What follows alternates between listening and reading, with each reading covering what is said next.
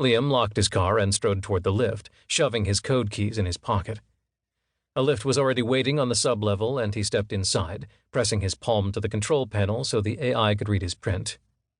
"Command level," he said. The lift rose in a smooth motion on his order, the quickness of the ascent showing in the faint pop in his ears. Liam watched the numbers of the floor levels flicker over the screen until the lift came to a stop on level 43. The door slid open, and Liam entered what could only be called controlled chaos. The window walls surrounding this particular level were bulletproof, impossible to see in from the outside, though everyone working could see out. Half of the floor that overlooked the Thames was dedicated to dozens of terminals, manned by agents monitoring active field teams and solo agents on missions. Liam paused for a moment, taking it all in. Then he shook his head and continued on his way toward the offices where the command staff was located on the other half of the floor. Liam made his way to the conference room where the Royal Legion always took their briefings. He was unsurprised to find the rest of his team already there. Royal Naval Captain Samira Basin looked away from the holoscreen and the report she was reviewing to offer him a welcoming smile. "How was the wedding?" Samira asked. "Good. Did you lot stay out of trouble?" Liam replied. Samira shrugged one shoulder. "Oh, you know, only a couple of explosions here and there." "Sounds like I missed all the fun." Samira's smile dimmed into something a little more apologetic. Liam tried not to take out his annoyance on his co-captain, but she knew how he felt. It was impossible for her not to. She had been taking up leadership duties more and more over the past year in the face of his absence, always with a professional grace he couldn't ever be angry about.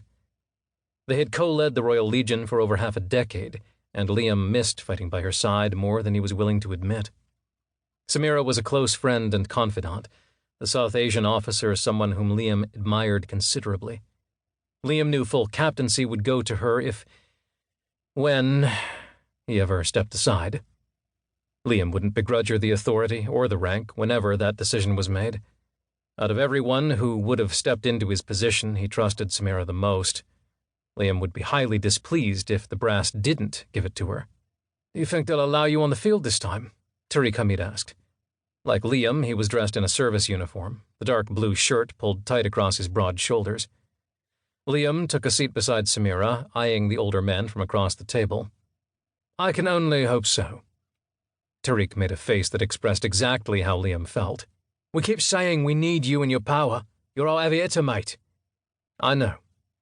"Since this briefing will be covering the reborn IRA, maybe we'll finally get you back in the field. They haven't been sighted on the continent in months," Abigail Johnson said as she propped her chin in her hand, blinking her large brown eyes at them. Abigail was their youngest member at 24.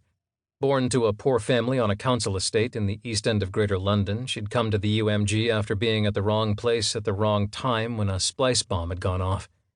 She'd been the only survivor, and despite her initial misgivings of working for a government she didn't trust, her anger toward those who had initiated the attack overrode any hesitation she might have had. Her superhuman speed ability was useful in the field, as was Tariq's ability to control the iron in blood to the point he could kill a man and make it look like an accident. Paired with Samira's hydrokinesis and Liam's electrokinesis, they had an overabundance of offensive abilities. That's where Glenn McNair's ability to create force fields was useful. He wasn't a telekinetic, he couldn't move things with his mind, but his ability to shield his teammates with invisible solid energy had saved their lives more times than Liam could count. "I'll do my best to argue my case," Liam replied. Samira pushed a mug of tea across the table to him. "You won't be the only one." He knew she had his six, something he'd always been grateful for. Liam grabbed the mug and raised it to her in a silent toast of thanks.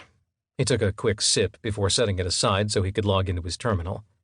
Data spread away from his fingertips where they rested against the embedded computer.